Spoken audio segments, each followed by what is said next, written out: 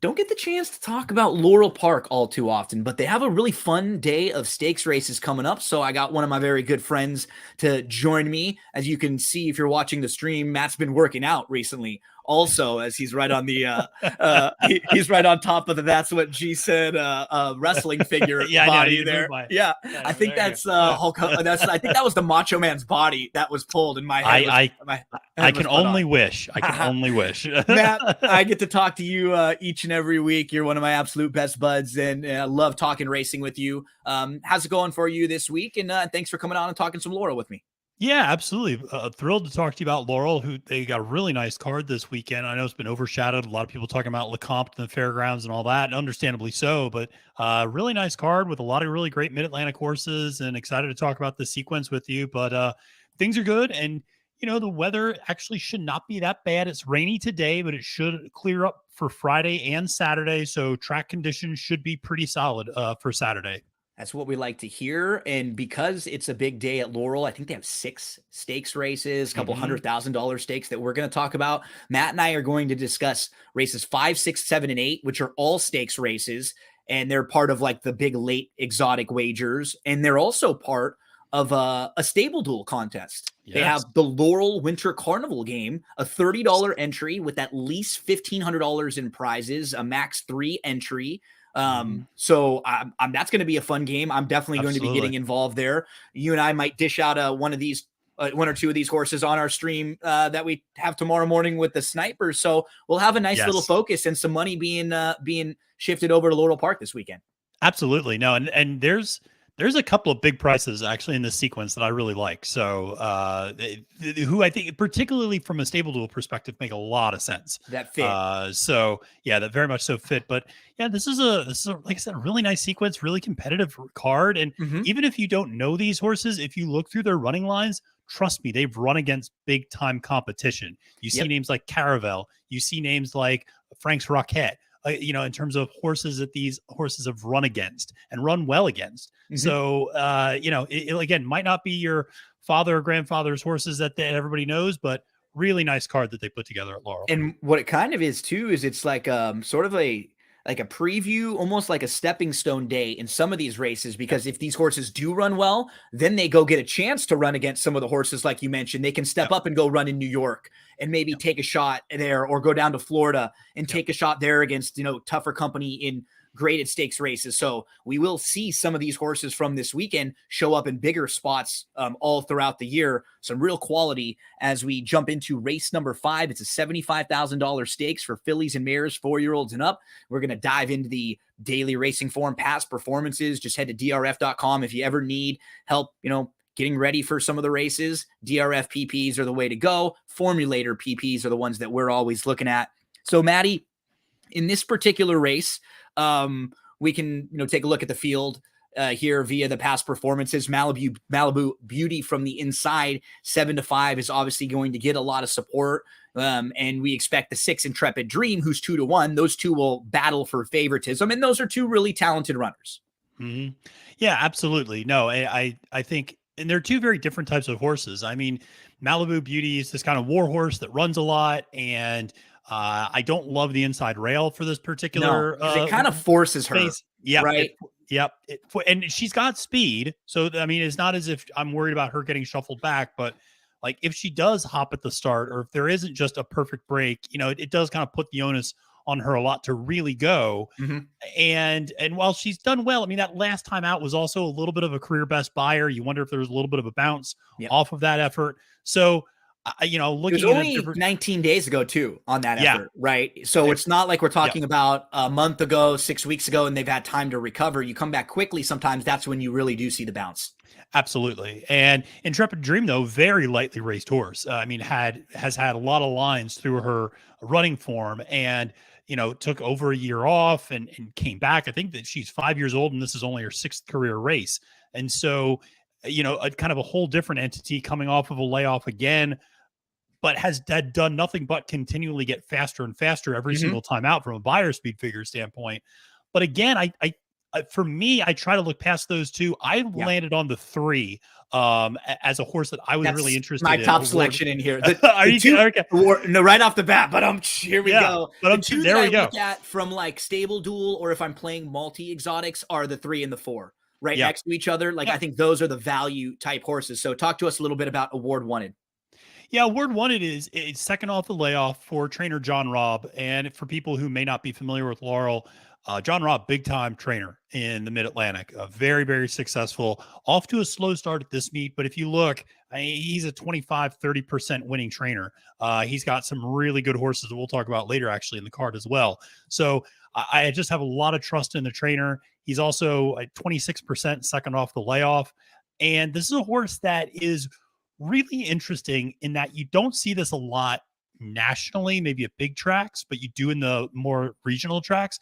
This horse goes from 5.5 furlongs to 1.70 miles, back to 6 furlongs, back to 7 furlongs, back to 1.70 miles, back and forth. back to, I mean, this horse goes from routing to sprinting like all the time. So last time out, yes, this horse only went 5.5 furlongs. This horse 2 back, or 3 back, I should say, ran 1.70 miles, has won at that distance before. I'm not worried about distance at all for this horse. Lost to a horse named Battle Cry in that race. And Battle Cry has been really sharp, has won 3 in a row, just went over to Gulfstream Park and won by 9+ lengths. So that was a nice race that, award winner was. And again, that was against Open Company also.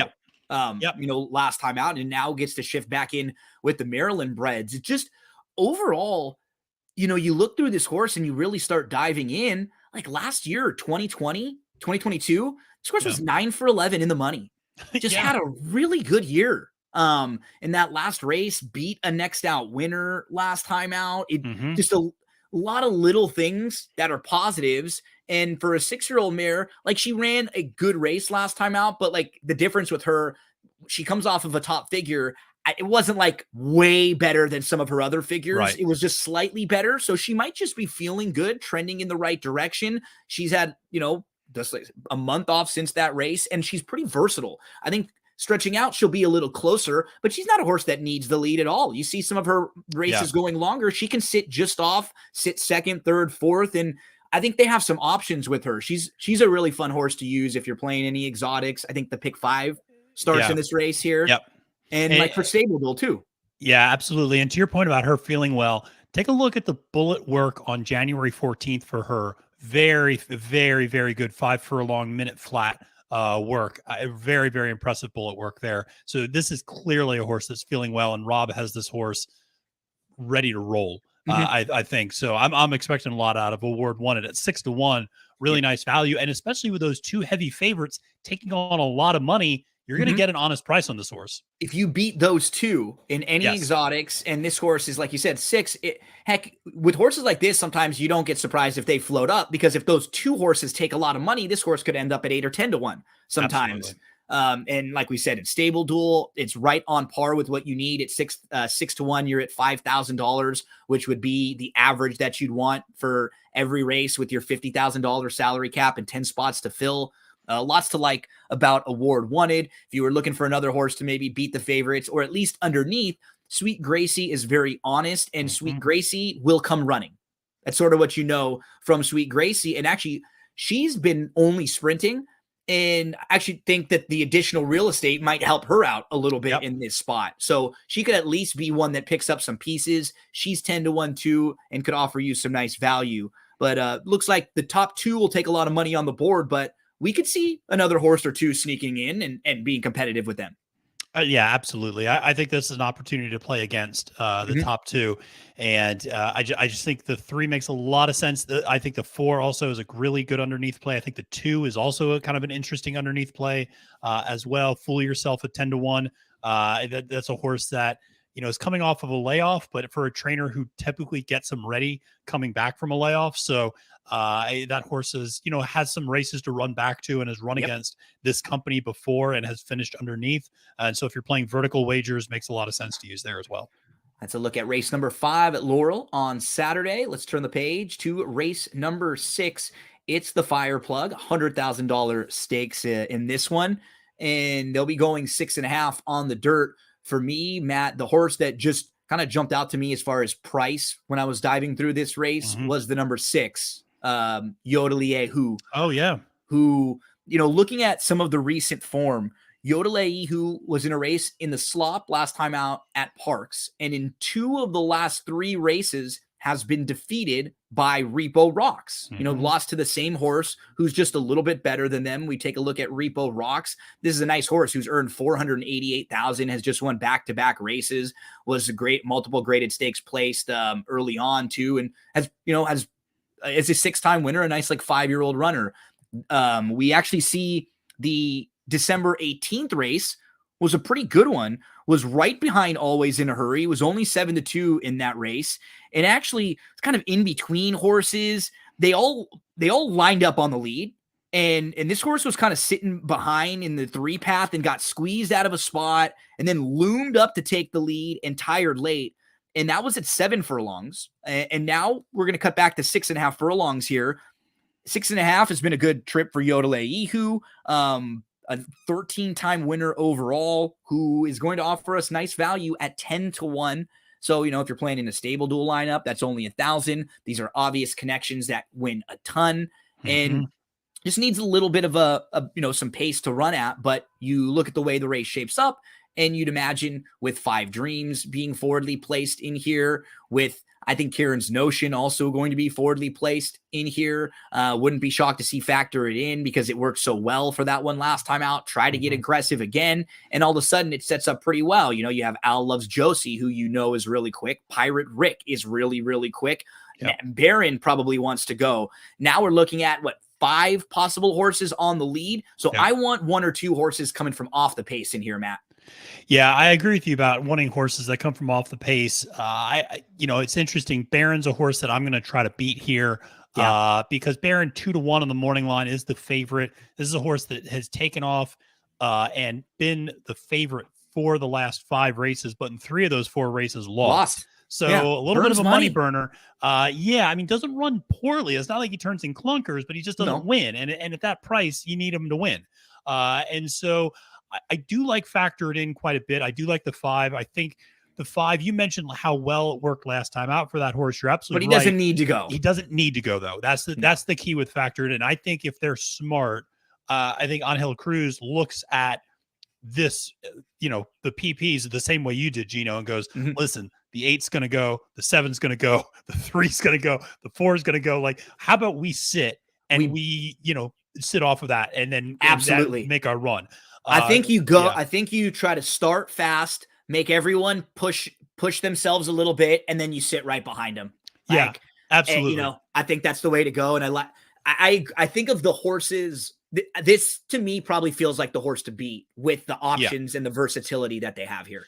Yeah, versatility. Versatility is something you and I and Barry talk about all the time on This Week in Stable Duel on Fridays. Is we like horses that are versatile because it gives their jockeys so many options depending on who breaks well, who doesn't break well, how things go kind of right at the start. And so a horse you can have a plan, and then when you get out there, you break poorly and everything changes. What's Mike Tyson's quote? Everybody's got a plan until they get punched in the face. Mouth, right? Yeah, exactly. Everybody's got a plan, and then flight line runs, and then and the plan doesn't work as well. And so I love horses that have showed us that, hey, you know what?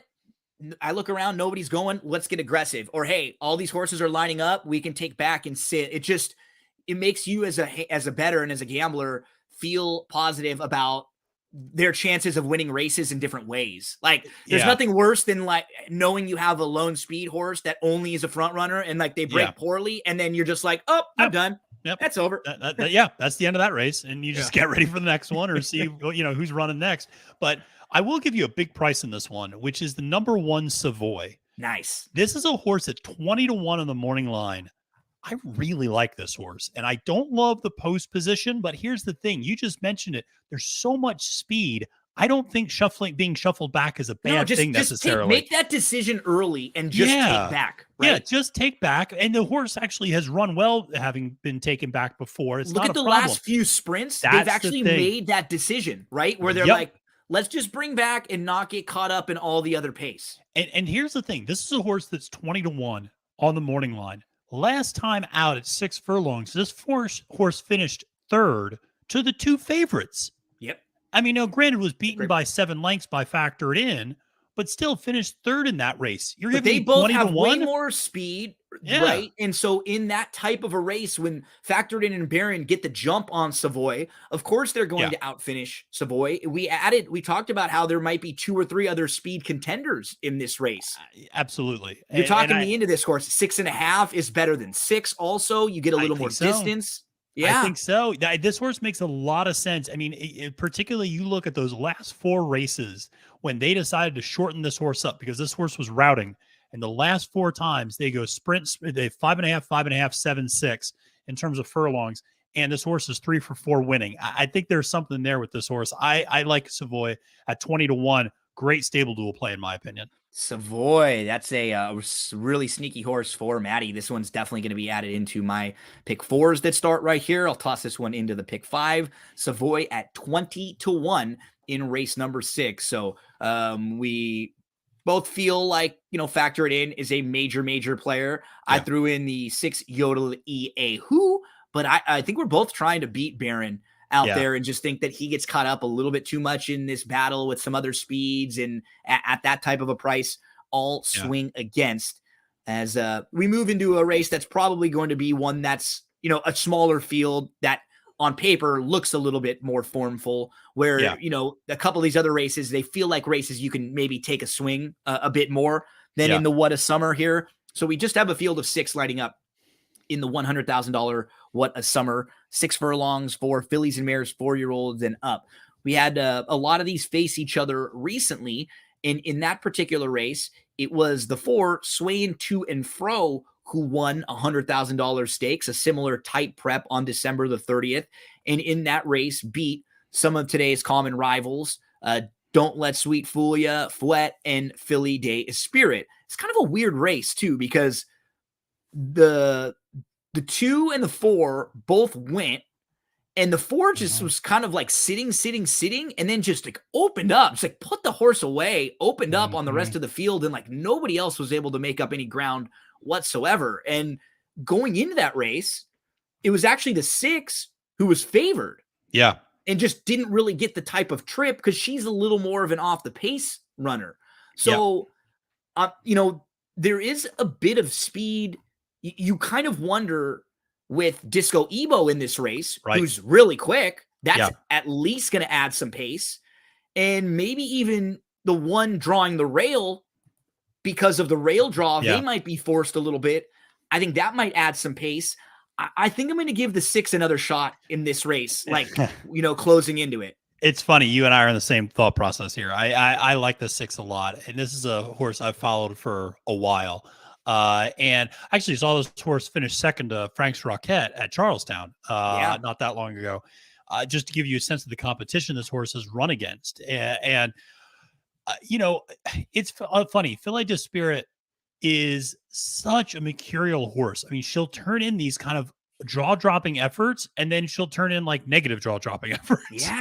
Like, what was that? And she will turn in clunkers every once in a while. Now, a lot of times it has to deal with a wet track. She doesn't like wet surface. And if you go through her form, that's very obvious.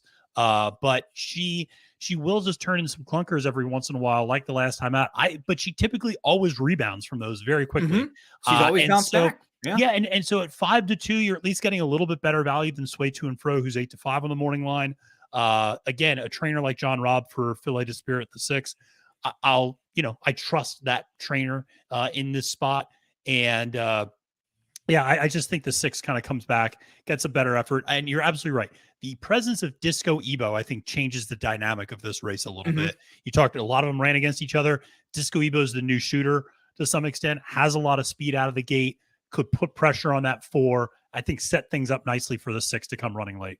Yeah, I think the 2 will also want to be forwardly placed too again and try to get a little bit aggressive. And it should set up pretty well. Even Fouette's not slow. Like, they weren't as fast last time, but if their thought process is, hey, we've had some of our best races on the lead and we let those horses get in front of us, maybe we don't want to do that this time. Like, maybe we get aggressive too. And now all of a sudden it could really set up very well for Philly de Spirit, who, if I'm playing late exotics, like, I might single this horse.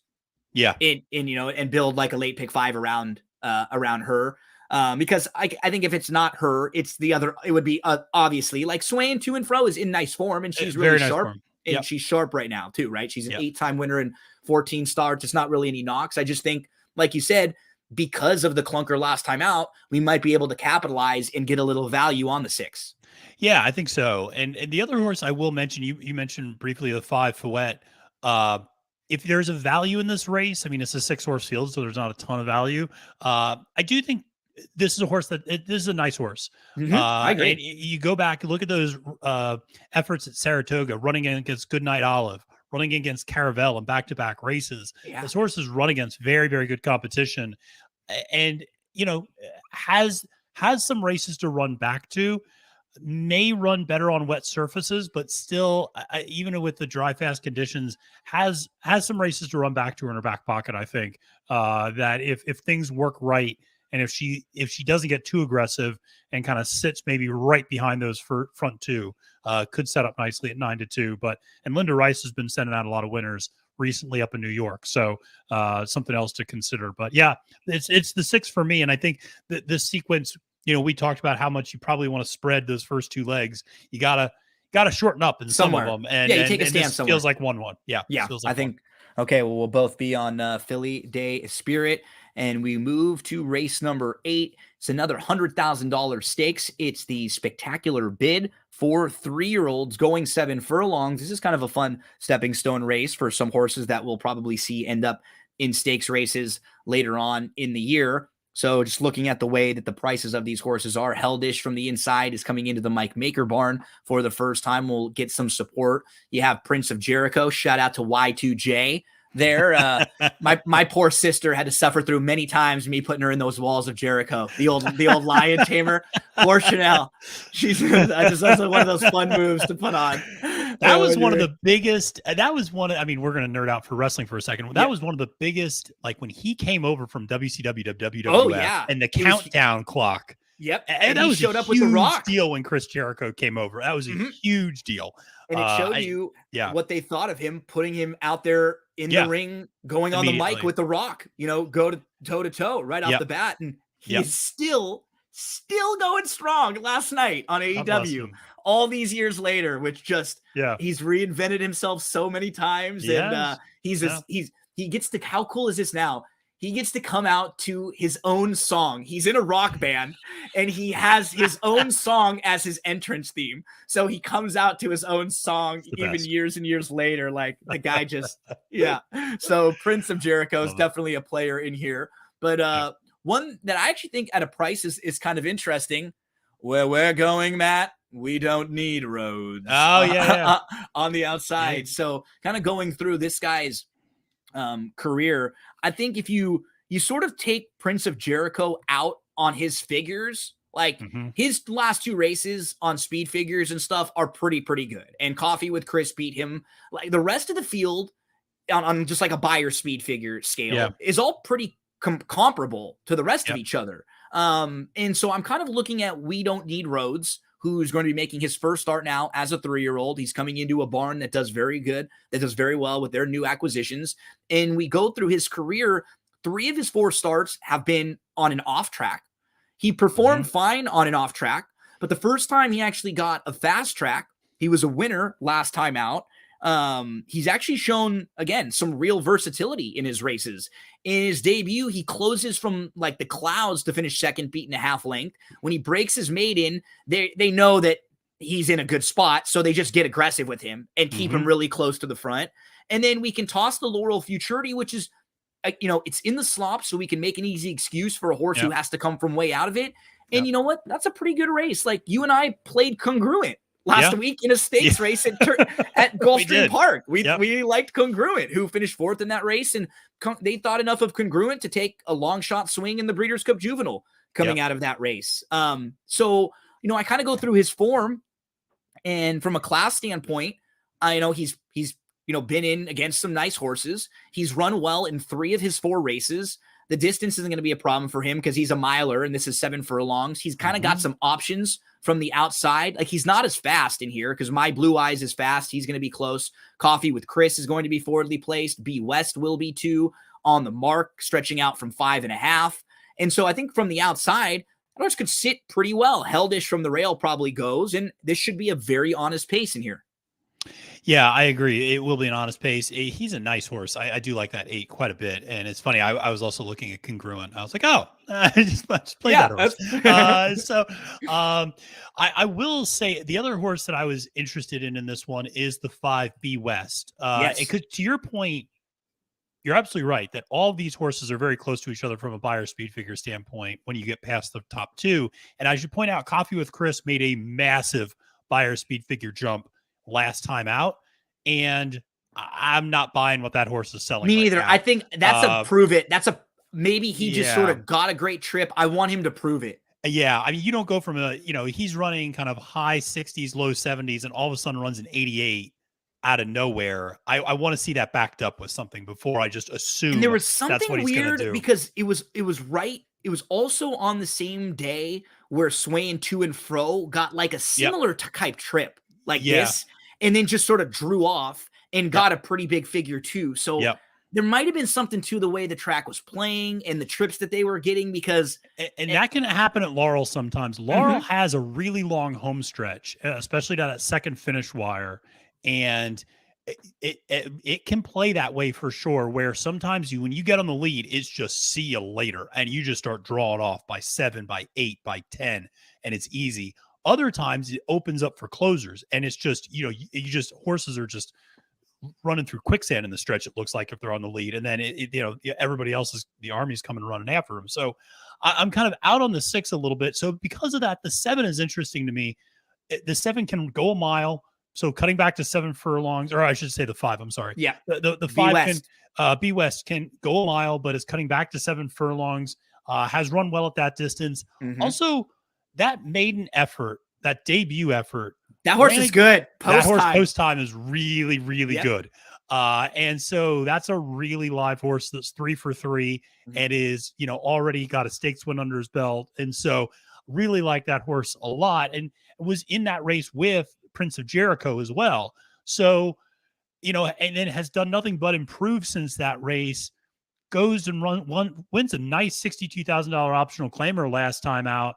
And now is in that John Robb barn, who we mentioned before. Just the really fact trusted that they trainer. Claim a horse for 62.5, right? Like that's a big number to dip in and claim a horse for 62.5. They're obviously very high on this horse. They're able to come and go right into a stakes race and get this horse Lasix for the first time. Yep. And if you notice, this horse was, since he's been in Robb's barn, 2 5 furlong works that are very smart looking. Minute 1 5 furlong work on the January 7th, and a minute 3 5 furlong work. Neither were bullets, but this horse is clearly feeling pretty good and has some speed. So I think B West at 10-1 on the morning line gives you some nice value in this race.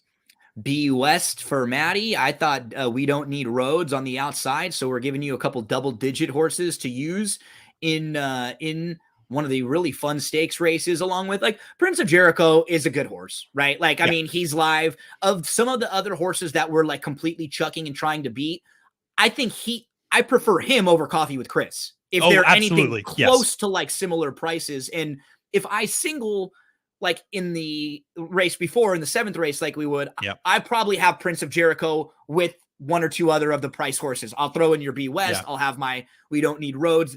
I don't mind using a few in here, but I'm a little colder on Coffee with Chris at a short price. Yes, same. And obviously I also, this from talking to me a lot about it, Laurel and Mid-Atlantic. I also really like the connections for Prince of Jericho, Brittany Russell, always a very trusted horse person.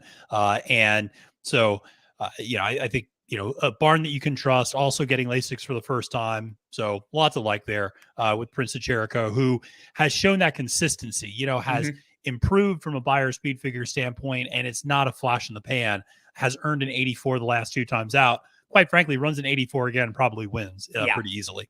And gets a good trip, like puts himself in the race. So lots of positives for him, just maybe not the price, as we gave you a couple other alternatives if you're looking to get a little pricier. Maddie, that was a lot of fun diving through some of the really fun stakes races at Laurel Park for this weekend.